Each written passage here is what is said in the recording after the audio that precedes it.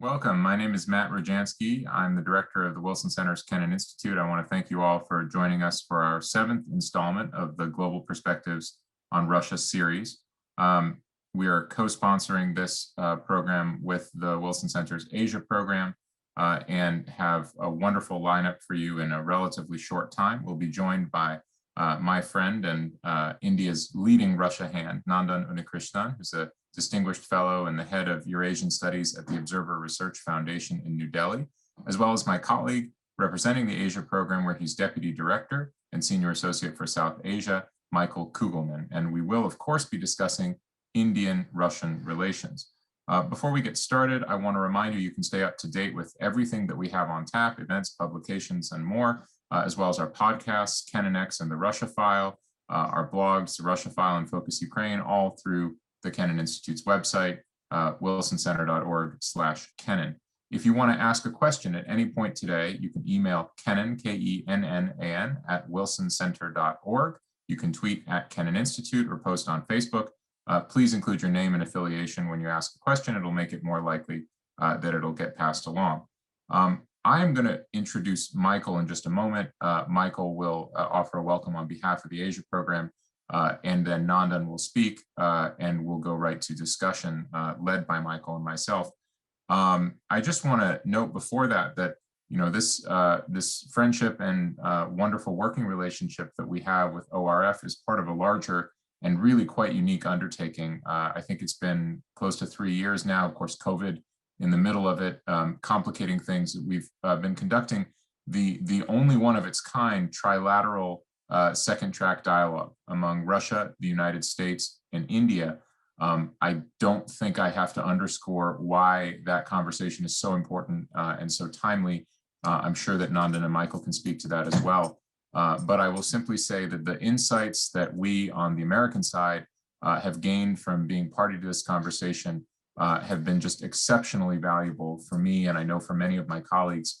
And we have finally, one might question the efficiency of think tankers like us if after 3 years we've only published one paper, but we have in fact published 3 papers, or at least 3 perspectives in a single sort of large report on Afghanistan, which we assessed, and I think Nandan and Michael can say more about this, to be an area of clear common importance, let me put it that way, for all 3, the Russia, the United States, and India. So you can take a look at that report on the Kennan Institute's website as well. All right, I'm going to stop vamping now and introduce my colleague, Michael Kugelman, who, as I said, is the Deputy Director and Senior Associate for South Asia in the Wilson Center's Asia program. His main specialties are Pakistan, India, Afghanistan, and U.S. relations with them. He's been editor or co-editor of 11 books and writes a monthly column for Foreign Policy's South Asia channel, as well as commentaries for War on the Rocks and the Wall Street Journal's think tank blog. He's published op-eds and commentaries in the New York Times, Los Angeles Times, Politico, CNN, and others, and has produced a number of longer publications on South Asia, including the edited volumes Pakistan's Interminable Energy Crisis, Is There a Way Out?, Pakistan's Runaway Urbanization, What Can Be Done?, and India's Contemporary Security Challenges. His MA is in Law and Diplomacy from the Fletcher School at Tufts University, his bachelor's from American University's School of International Service, and you can follow him on Twitter, of course, at Michael Kugelman. Without further ado, Michael, the floor is yours. Well, thanks, Matt. I appreciate the introduction. Hello, everyone, wherever you may be. And I'd like to acknowledge any audience members in India, as well as our speaker today. The COVID situation there is simply heartbreaking, and our thoughts are with you at this very difficult time. So the topic of our discussion today is the India-Russia relationship. Seen from here in Washington, this appears to be a relationship undergoing a shift. Historically, going back to the Cold War, it had been a warm and enduring relationship. It gained a reputation as a stable, predictable partnership, driven in particular by a strong defense relationship. But in recent years, it has experienced a number of challenges. Each country has deepened partnership with the other's rival. India has ramped up relations with the U.S. Russia has ramped up relations with China.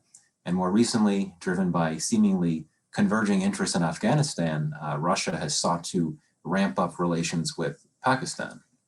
And additionally, the revitalization of the Quad has been greeted with what appears to be consternation by Moscow, which has seemingly aligned itself with Beijing in opposing it. So the India-Russia relationship has run into some bumps, and yet it's still a very strong and sound relationship with continued security cooperation in particular. And this makes it a bit of a nuisance for Washington and for New Delhi as well. And so the S-400 deal, the missile defense system that India has purchased from Russia, stands out in this regard. And it's perhaps a bit of an albatross around the neck of a US-India relationship that otherwise is very sound. The US and India over the years have been used to seeing each other pursue ties with the other's rivals. Delhi has sought commercial relations with Iran, for example. Washington has pursued a security relationship with Pakistan. But these relationships are not as strong and deep as India's relations with Russia. And given the trend lines of US-Russia relations, Russia appears poised to become a bitter rival of the US. They may even be on a collision course. So I think the takeaway here is that the India-Russia relationship has evolved. Some would say perhaps devolved in recent years. And while this might appear to be a boost for US interests and US-India relations, the India-Russia relationship still remains sufficiently sound and strong that it could perhaps pose some problems for US interests. So I say this all merely to set the stage for our guest speaker today, who will dissect the state of the India-Russia relationship with much more acuity than I could ever offer. It is, of course, Nandan, who is, as Matt mentioned before, Nandan Unnikrishnan is a distinguished fellow. He's the head of Eurasian Studies at the Observer Research Foundation think tank in New Delhi. Prior to joining ORF in 2004, he began his career as a journalist, starting with India's news agency, the Press Trust of India, or PTI.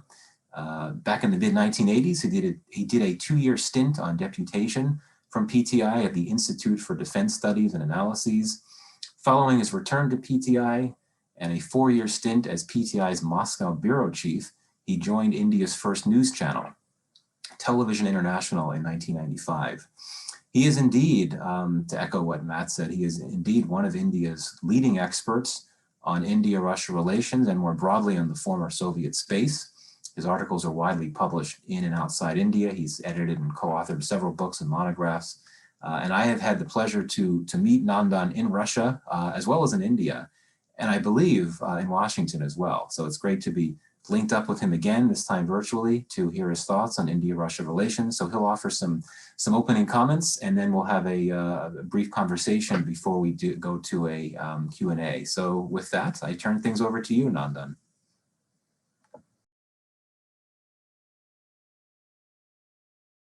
Sorry, I was muted. Thank you so much for this invitation to speak. And I'm particularly grateful to Mr. Rozhansky for making this happen, and to Mr. Kugelman for agreeing to participate in this interaction. Matthew has a remarkable understanding, a remarkably sane understanding, I must say, of Russia, while Michael definitely knows more about South Asia than I do. So this makes my task relatively easier, because whatever gaps I leave, they can always fill it.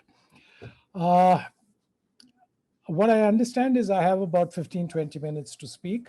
So let me plunge straight into it. I'm not going to go into ancient history. I mean, our links with that region precede, literally go back to the Silk Route. But I will look at our relationship really from independence, from India's independence. Our relationships were formally established before independence. One second, let me, okay. Is this better? Can you hear me? Yes, hello? Loud and clear. Okay, great. It was beginning to bug me a bit. Our relationship began in 1947. In fact, remarkably, we established diplomatic relations before India was formally independent. And even more interestingly, the first contact between the Indians and the Russians about establishing diplomatic relations took place in Beijing, then of course Peking. But that is a small historical vignette. Relations initially were quite tepid between India and Russia. One is, of course, because Stalin did not think much about the Indian elites. He used to think of them as being the running dogs of imperialism. And he did not think equally, he did not think much about Indian communists, although they were the largest single opposition to the then Congress party led by Mr. Nehru. The Indian elites were equally unenthusiastic about Stalin's Russia, although some of them looked favorably upon socialism per se. So it is not surprising that the first impetus to the relationship came after Stalin's death, when Khrushchev visited this country in 1955, if I'm not mistaken. And that laid the foundation for the beginnings of an economic relationship.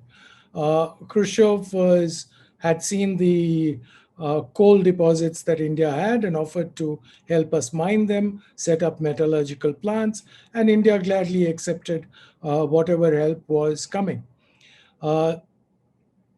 Subsequently, I mean, today it is much forgotten. Subsequently, the economic relationship was strong enough for Russia to be actually at the roots of many industries in many industrial sectors in the country, be it metallurgy, as I mentioned, oil and gas, science and technology research.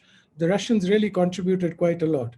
Incidentally, I'm not going to be using the word Soviets, although till 1991, they were the Soviets. So now it is only after the rift between China and Russia starts that a political relationship begins to develop between India and Russia. I'm talking of the period of 56 to 61, when de-Stalinization takes place, 56 in the 20th Congress, when the Chinese communists are aghast at what Khrushchev is doing. And then subsequently, in 61, they decide that the Soviet version of communism is a revisionist version, and they completely disengage with it. The Russians start moving closer to the Indians, although the Indians, even at that stage, are not really very enthusiastic about a strong relationship. But as luck would have it, India also has a war with China in 62, and that leads to a rethink on its relationships, and India begins a strong relationship with the Soviet Union, which starts with effectively the first seed of that is the deal we signed for the MiG-21 aircraft in 1962, just shortly before the China conflict. That deal actually puts down the foundations for one of the sturdiest pillars in the Indo-Russian relationship, which actually has withstood many a change. It has withstood the collapse of the Soviet Union in 91. It has withstood the changes in India since 91, and is still probably the main pillar around which the relationship revolves. The rapprochement between the Chinese and the US spurred India and Russia to sign a treaty in 1971. It's past history. Everyone knows that the 71 treaty became useful for India when the creation of Bangladesh almost led to the US intervening on behalf of Pakistan. But presumably wiser heads prevailed, and Bangladesh was allowed to be established.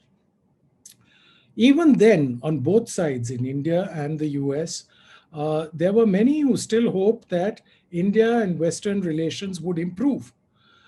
However, when the tests took place in one test, what we called in India the nuclear test implosion, or a peaceful nuclear implosion, which was basically an atom bomb test, in 1974, whatever vestige of hope was left about a good relationship with the West collapsed because sanctions under NPT and various other categories followed. But Russia did not join this.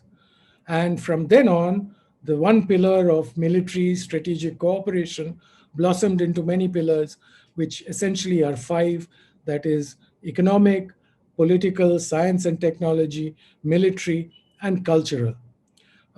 These five pillars propelled the Indo-Russian relationship till 1991. Uh, this does not mean there weren't any differences. There were differences. For example, there were serious differences between India and Russia on NPT. There were serious differences between India and Russia on Afghanistan.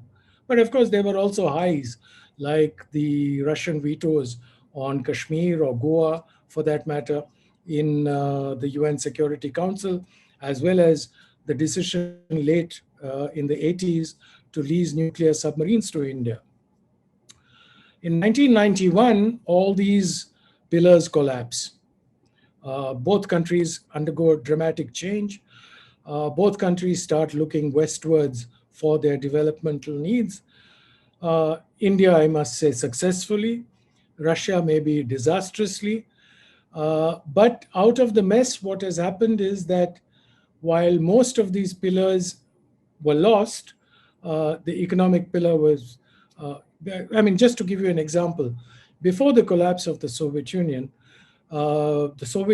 was India's biggest trading partner at $5 billion, right? I mean, this is 1989, 90 we are talking about.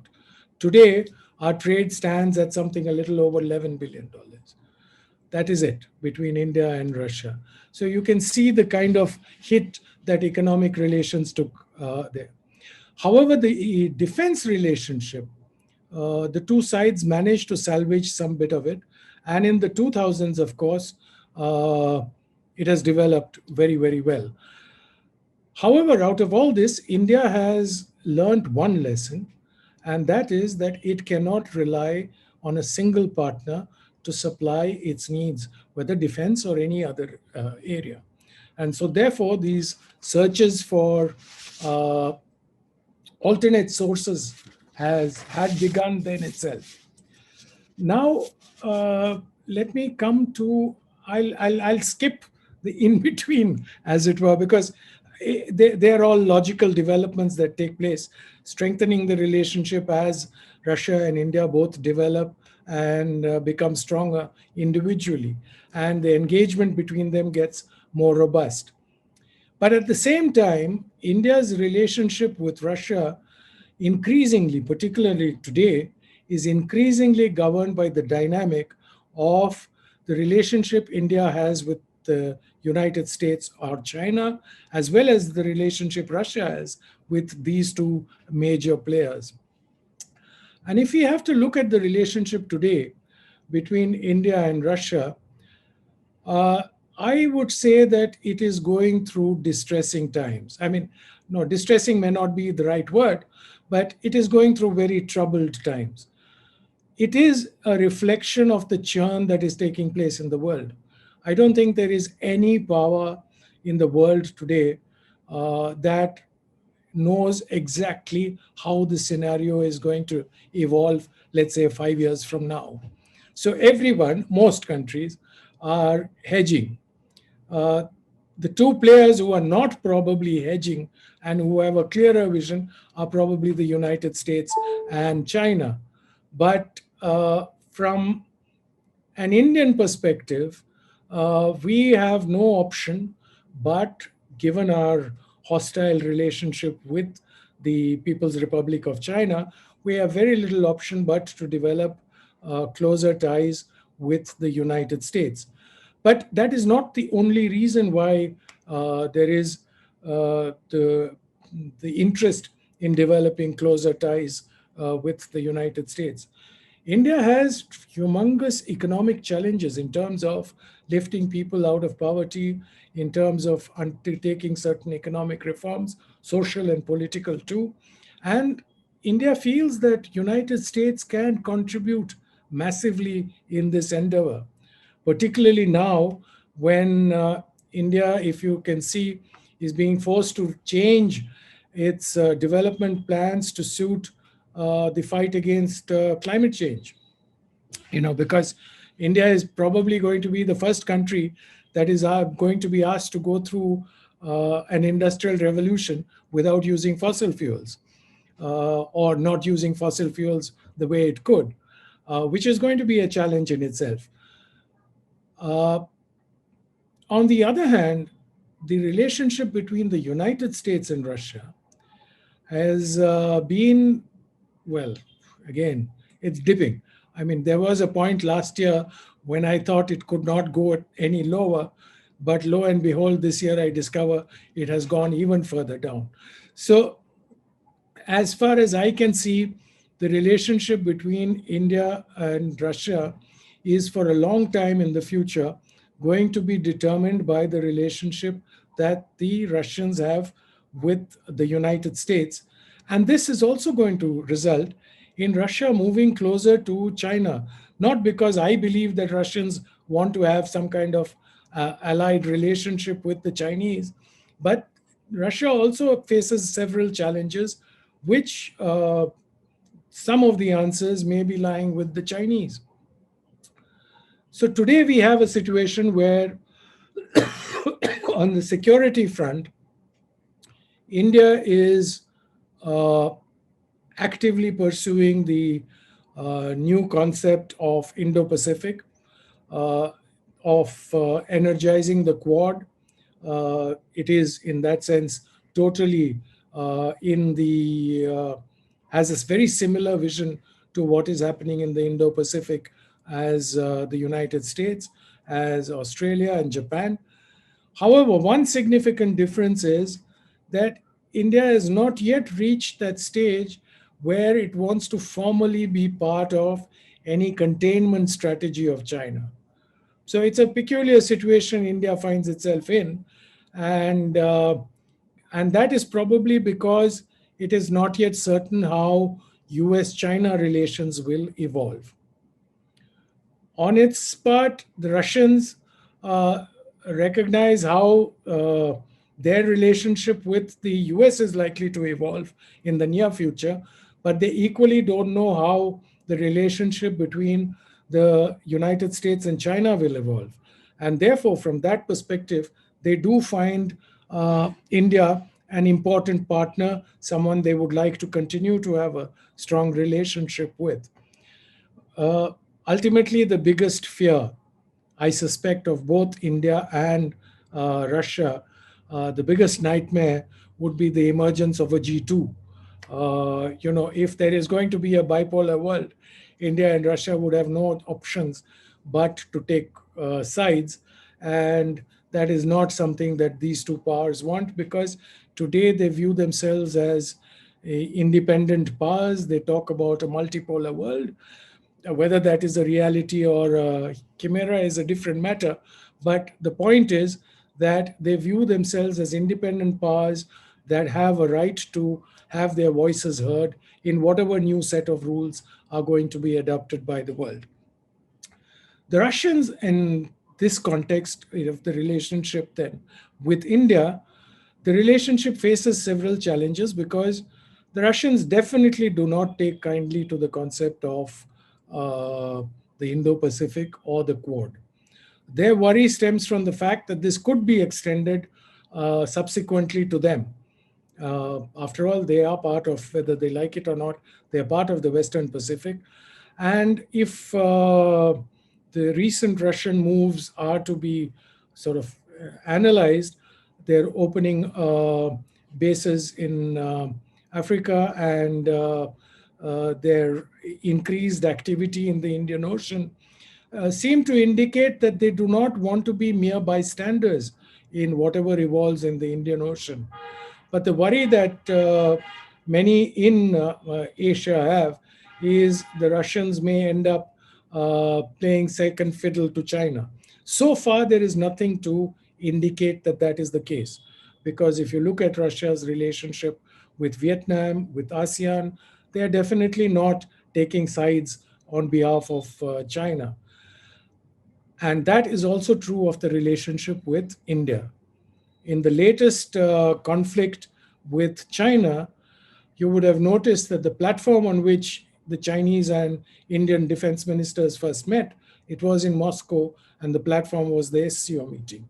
And that is where the beginning of sort of the talks to try and de-escalate the situation in the Himalayas begins. This does not mean that the Russians want to play some kind of mediator.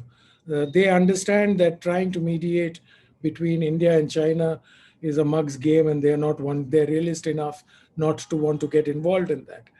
But the fact is that India still feels that there is some element of use in its relationship with China that we can use the Russians for. Now, I know this is rather muddled, but where do I see this relationship heading?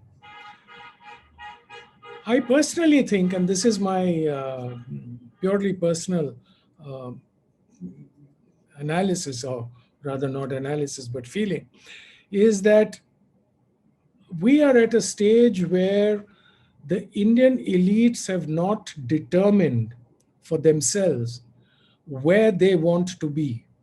And that is because the Indian elites are not determined on the domestic structure they want. The domestic structure in India, we are undergoing significant changes, political, economic, social. And I think no one is clear as to what the end of the road is. Yes, there are moves towards majoritarianism. All that is true. But are we really going to turn into a majoritarian state? Or are we going to have merely some majoritarian tendencies, that is at the political level? What will be the kind of economic system that we will have in place? Will we continue with the crony capitalism we have today, or will we be able to break out of it? These are issues that I think the Indian elite are grappling with. And because they have not determined where they would like to be, where they will be in the next 5 years, I think the Indian elites right now want to hedge and keep the relationship with Russia going. That at this stage suits Russia, although Russian flirtation with Pakistan, Michael's best area, will probably not uh, sit well with the Indian elites or the Indian commentariat. The point is the Russians are careful enough to ensure that they don't do anything with Pakistan that crosses any kind of a red line that India may have. And they try and project everything that they're doing in the light of their concerns about what is happening in Afghanistan. So, where will the relationship be, let's say, 5 years from now? I think, I don't know about 5 years, that's astrology. But for the next couple of years, I don't think there is going to be an attempt at jettisoning that relationship from the Indian side. I also believe that diversification will continue of the arms market, that India will continue to seek sources elsewhere. So you will see, if you look at the last 5 years, that the quantity of arms India is buying is steadily reducing. Earlier, it used to be almost $1.5 billion a year. Now it is below $1 billion. And this will keep coming down despite the S-400. But at the same time, India is going to buy some of the necessities it has from the Russians because it's not available anywhere else. And I'll finish with that. I mean, who else in the world is going to offer India a nuclear submarine? Who else in the world is going to help India build a nuclear submarine? So unless someone from the Quad is willing to step up and fulfill that part of it, the Russians are not going anywhere from India's horizon. Thank you, Michael. Well, thanks a lot, Nandan. That was a really great overview, combining some recent history with some contemporary affairs. And it's prompted several questions. And before I pose a few questions to you, just wanted to remind everyone in the audience that if you want to pose a question to Nandan during the Q&A, which we'll have a bit later in the hour, send your question by email to kennan@wilsoncenter.org or tweet it to @Kennan Institute. So, you know, one initial question that came to mind hearing you out is that, and I know that many Indians have long looked at this relationship with Russia as something that is stable, dependable, predictable. Russia has been viewed as a relatively low maintenance partner and could be trusted, and even if there hasn't been as much substantive cooperation as previously, it's still a safe space, this relationship with Russia. Do you still think that is the case? I know that, not asking you to generalize, but broadly speaking in New Delhi, among the strategic elite, the political elite, do you think that the relationship is still thought of in that way, that it's still consistent? And I believe your foreign minister, your external affairs minister, said not long ago that the relationship with Russia is the only bilateral relationship that India has where there's never been any type of major disturbance or major crisis. So would be curious to hear your take on how the relationship with Russia is viewed in that context, as stable, dependable, safe, that type of thing.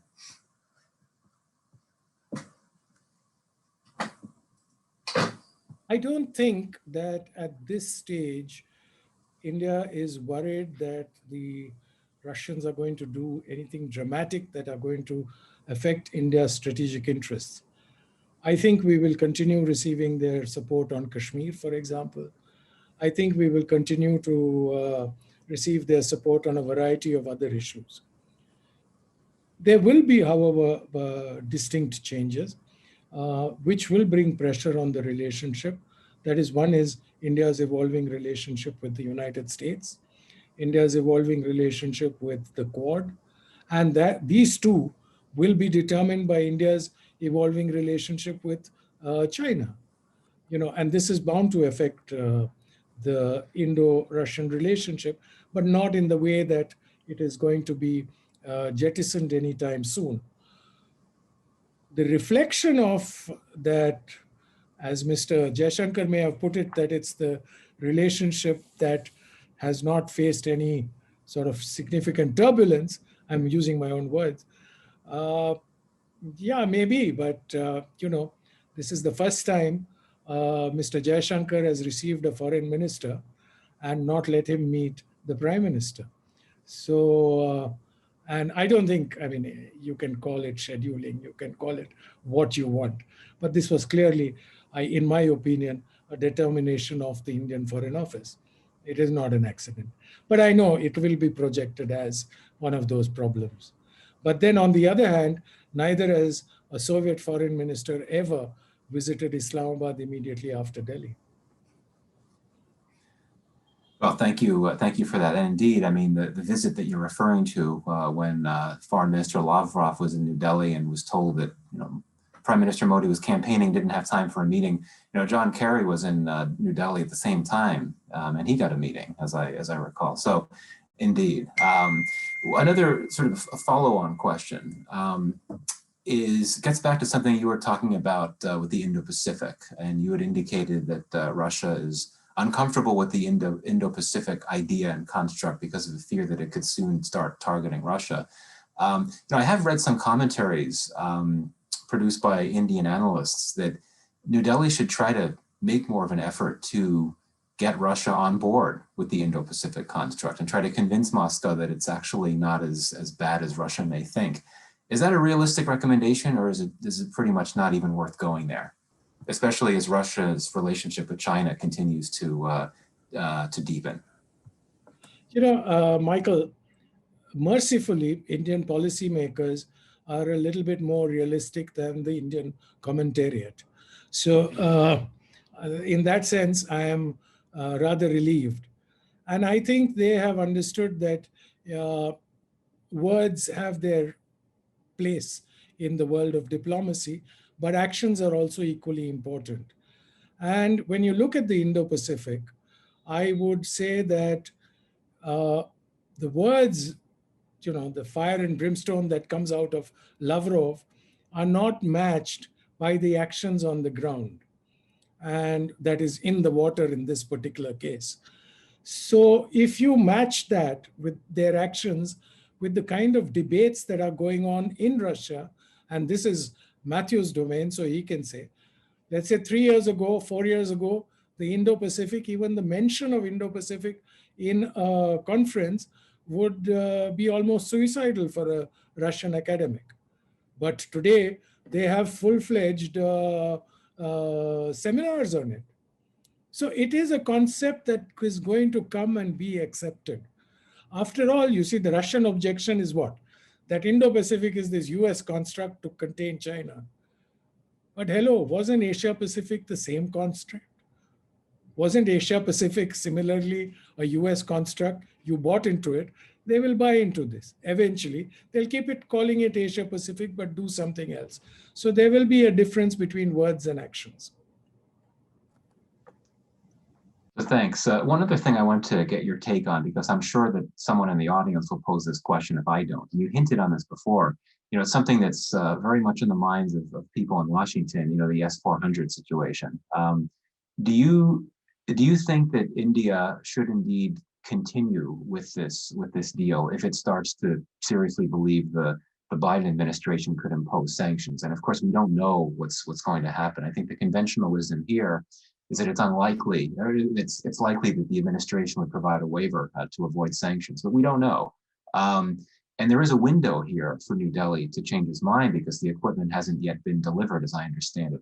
Or do you think that it's India will conclude that it simply has to go through with the deal, even at risk of sanctions and the implications that could have for its relationship with the U.S.?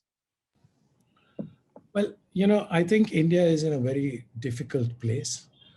But there are 2-3 things that India has to take into consideration. India's value to the United States in terms of the Indo-Pacific and the Quad is only if India is militarily strong. If India has the military capacity. Otherwise, India is useless. I mean, then you have a different relationship with India. And India does not have the financial wherewithal today to be able to re-equip itself completely with US arms. It just does not have the wherewithal, even though it has significantly diverted in the last 5 years, significant amounts of money to purchase US weapons platforms. I mean, aircraft and everything. So it is going to take a certain amount of time. The pandemic hasn't helped. It has slowed down the economy. So the amount of money available to the government is also going to be reduced. And in that context, I think I just don't understand how anyone sitting in Washington can believe that India becoming militarily stronger in the kind of relationship it has with China is detrimental to the United States. But I have known situations where the United States has shot itself in the foot. So let's see if that happens. Absolutely. I would agree with you on that. Maybe just one or two more questions before we go to the Q&A with the audience. I wanted to sort of bring things back to the immediate issue of the day in India, that being the pandemic. So Russia's Sputnik vaccine is coming to India. It was recently cleared for emergency use there. It'll likely be available in the next few weeks. Do you think that Russian pandemic assistance is a space that could bring a boost to the India-Russia relationship? And especially at a moment when, as we all know, the US has at least not yet been willing to export large numbers of vaccines or also the raw materials needed to produce vaccines. So you want to talk a bit about how Russia-India relations and cooperation could be impacted by the pandemic and Russia's apparent willingness to provide assistance to India in that regard? You know, India, much like the rest of the world, was initially very skeptical about the Russian vaccine. So if you notice, the Russians had come and signed deals with Indian companies last year, but the clearance for the vaccine to be used as emergency case has been given only this month. So clearly the Indian establishment was not convinced until the figures really came in front of them and they saw that there is a capacity. The second is the crisis itself. You know, India has suddenly realized that the number of vaccines it has and has access to, and the number of people that needs to be vaccinated, there is a gap, and that gap is going to take some time to be removed. And therefore, the Russian vaccinations or any vaccines from abroad can only help ease the situation. So in that sense, I think it's a rational decision to do so. Will it help the Russians? Undoubtedly. I mean, it'll improve the perception. The Russians don't have the best image in the country today. So it will help improve their image. But how much, I don't know. I'm not going to speculate on that. Also, as far as I understand, while there are some doses that will come into India, the Russians also are really looking at India as a market that from where they will export. Well, thank you. Final question before I turn things back to Matt for the audience Q&A. I can't help but ask, Afghanistan, I mean, as was discussed earlier, our Wilson Center ORF and our Russian partner IMEMO came out with a series of reports looking at prospects for cooperation in Afghanistan. Obviously, it's a very fluid, unpredictable state of affairs in Afghanistan. I had argued in my paper that there could potentially be some prospects for the three countries to cooperate in areas of dialogues around issues like counterterrorism and that type of thing. But I thought I would just ask you briefly, what do you think there's any scope for cooperation between Russia and India in Afghanistan at this very delicate moment in Afghanistan's history? Michael, I think you know much more. Sorry, you know much more about the situation in Afghanistan than I do.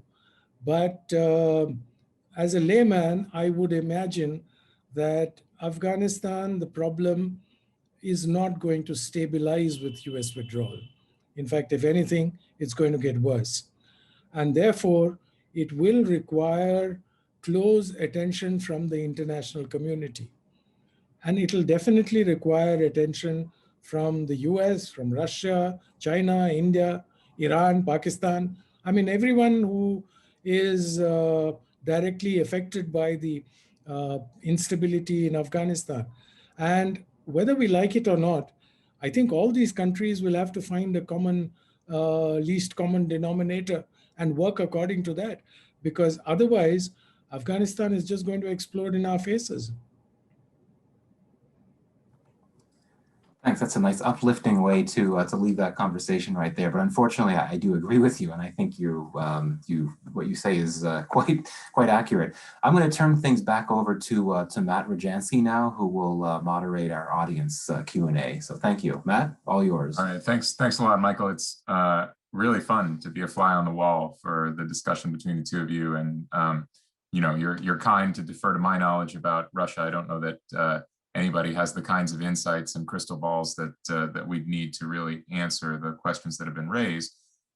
I have my own questions, but there are so many audience questions. I'm going to go to them right away, and we're going to try to get as many in as we can. So both of you, I just would ask, keep your answers fairly compact. I want to begin with one from Kishore Kulkarni, no institutional affiliation, who asks, as democratic countries, the USA and India seem like natural allies. Do you foresee greater relations between the US and India based on shared democratic values? And let me add my own, this is my editorial question, about the issue of Navalny and the treatment of the opposition in Russia, which is obviously a huge bone of contention with the United States. And then conversely, the mutual fears about interference in domestic politics between Moscow and Washington, and to some extent also between Europe and Russia. Nandan, you talked about India's perspective on Russia in frankly very realist terms, which feel a bit foreign to those of us who are in the conversation about Russia and Washington. So comment on that cluster of issues, if you would, please. Democracy, kind of interference, and human rights issues, if you would. Thank you. I think that irrespective of whether India and US are democracies or not, our relationship will get closer. And the fact that we are democracies will only buttress that.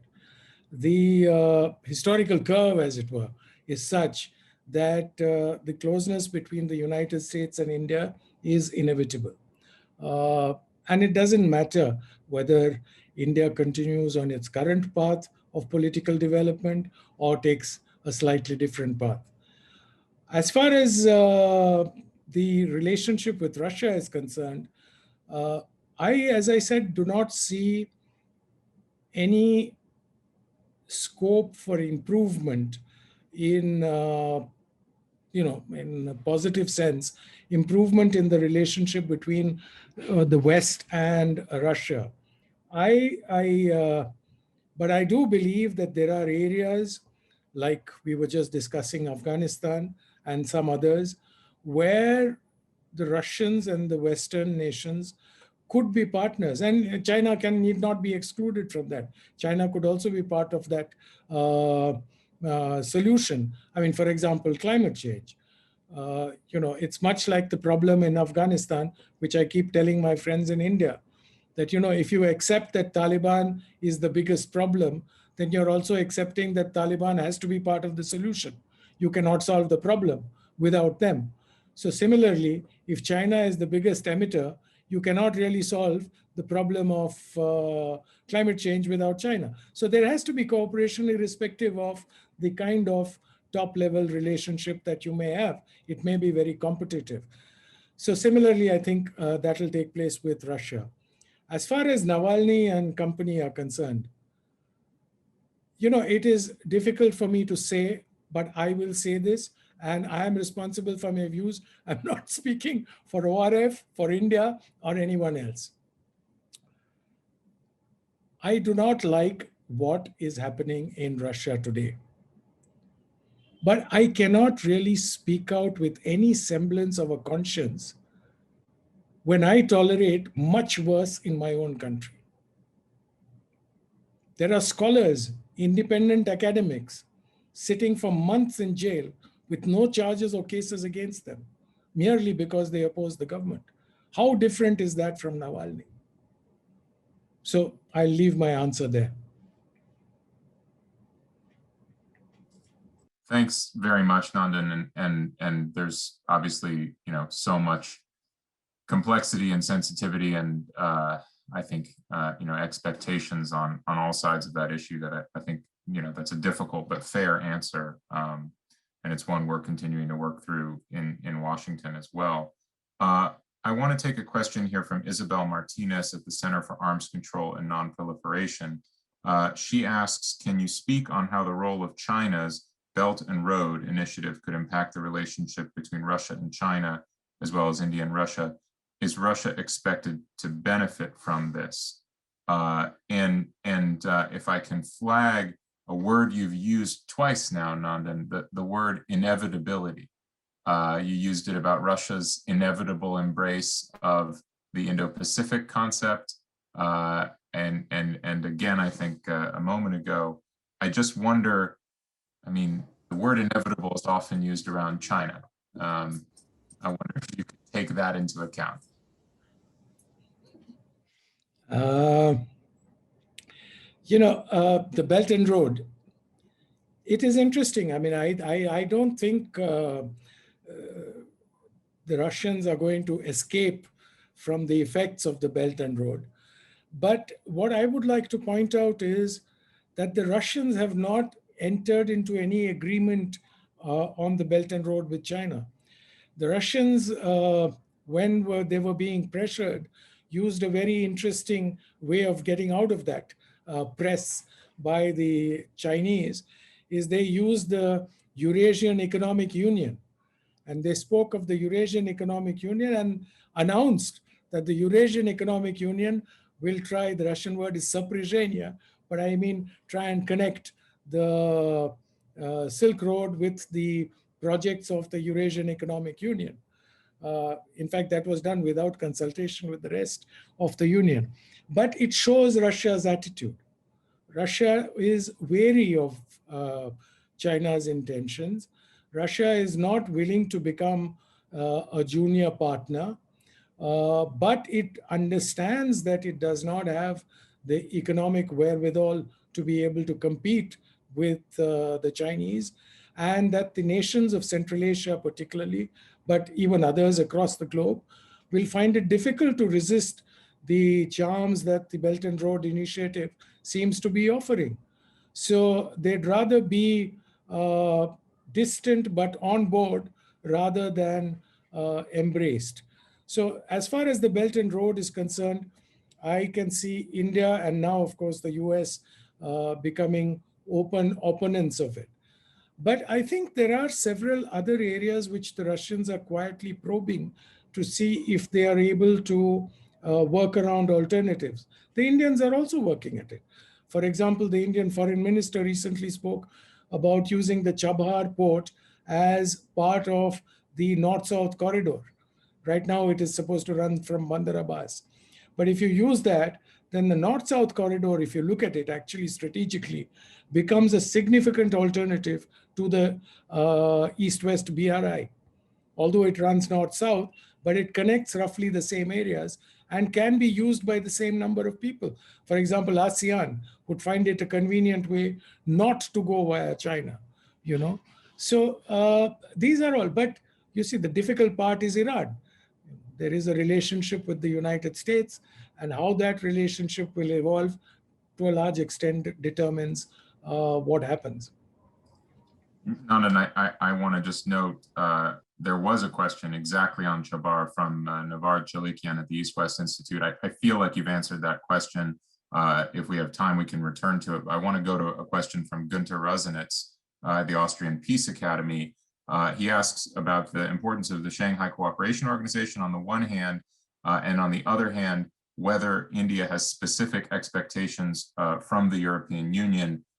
Again, me editorializing, presumably in the context of Russia and the kind of grand strategy issues we've been talking about. It's very striking to me how little mention of Europe there has been in this conversation. So please, Nandan, why don't you comment on that? And Michael, I don't mean to exclude you from the conversation either. We have quite a few more questions. I want to get in as many as I can.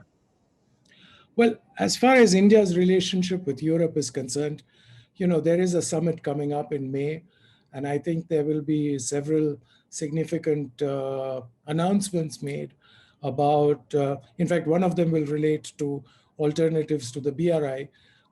India and EU are discussing ways and projects they could do in Africa and other parts of Asia, where which could act as alternatives to the BRI. So that is there as far as Europe is concerned. The second reason why there is not much about Europe as an entity, I mean as a EU, but India's relationship is with individual countries, more of a bilateral relationship, is because EU does not carry a security angle to it. You see, we have a strong security relationship, be it with France, be it with Britain, even with Germany. But with EU, it's very difficult to have a security relationship.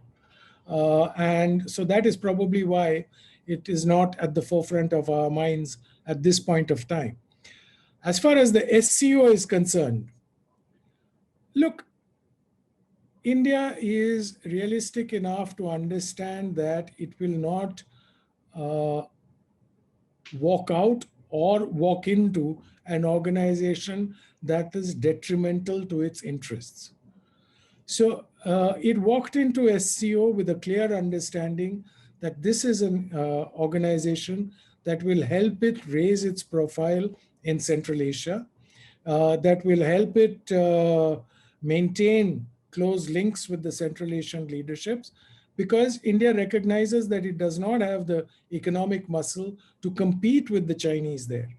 But this helps India understand the needs of the Central Asian countries and try and see what it can offer. One of the things, for example, that has emerged out of these closer contacts is that India has significantly enhanced its educational aid to the Central Asian countries. We are offering scholarships to scholars to come and study in Indian universities, and they are being very eagerly taken up. The second thing that is coming up is cooperation in IT, you know, helping banking services and all these things. So there are elements that are emerging in India having greater links with the Central Asian countries. It does create problems and does raise questions of contradictions when people say, oh, how can you be in the Quad and the SCO at the same time? right?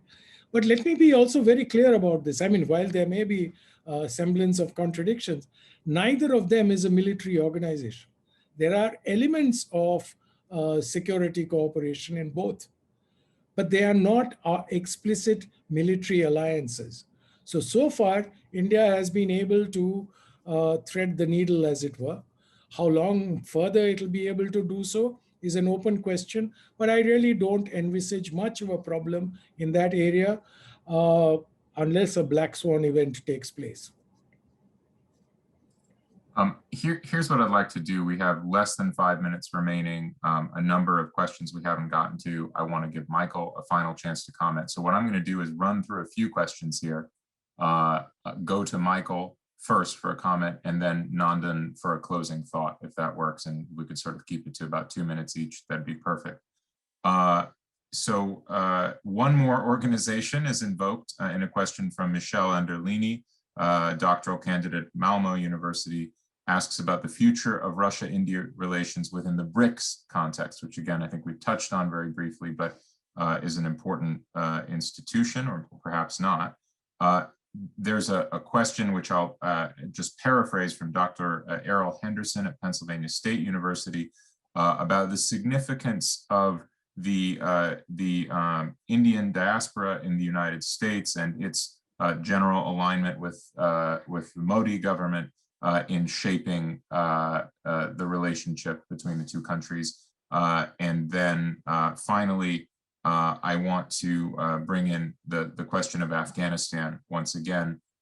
Again, we have this publication, this trilateral publication. You know, Michael in particular, I might invite you just to briefly advertise that with some thoughts about, you know, where this is heading, given that the official perspectives expressed from the three capitals are really quite different and use different terms like power sharing and democracy and so forth. So those are the questions. Take whatever bite of them you'd like. Michael, I'll go to you first. Yeah, thanks, Matt, and I'll be brief. The question about the significance of the Indian diaspora in the U.S. And its views of India and the government, you know, for quite some time, the conventional wisdom had been that the large and growing Indian diaspora community was quite supportive of the BJP, including Modi, which I think has been true. But we started to see some shifts over the last 2 years, and there's been some really good polling that's just been released. Milind Vaishnav at the Carnegie Endowment and a few colleagues have come out with some interesting studies showing that younger generations of Indian Americans, particularly those born here in the US, have been more inclined to be critical of the Modi government. And I think this could be related to the democratic backsliding that we're seeing in India that was referenced before by Nandan.